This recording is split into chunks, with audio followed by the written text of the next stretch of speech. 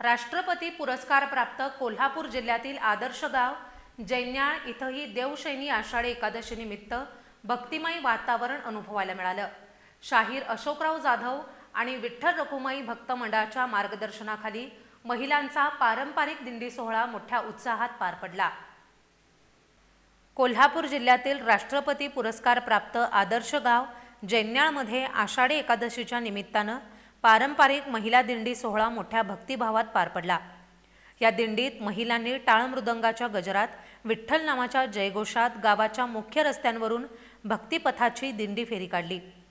शाहीर अशोकराव जाधव आणि विठ्ठल रखुमाई भक्त मंडळ जैन्याळ यांच्या प्रेरणेतून आणि मार्गदर्शनातून हा सोहळा साकार झाला। दिंडीत सहभागी ग्रामस्थ, महिला मंडळ, भजनी मंडळ याने टाळांच्या निनादात रिंगण घालत, फुगड्या खेळत, अभंग गायन करत गावात विठ्ठलमय वातावरण निर्माण केलं। या सोहळ्याचं नियोजन आणि सहकार्य विशेषतः शंकरराव इंगवले, मारुती डावरे, रघुनाथ बांबरे, विष्णू शेटके, श्रीकांत वारके तसंच सरपंच आणि उपसरपंच जैन्याळ यांनी केलं।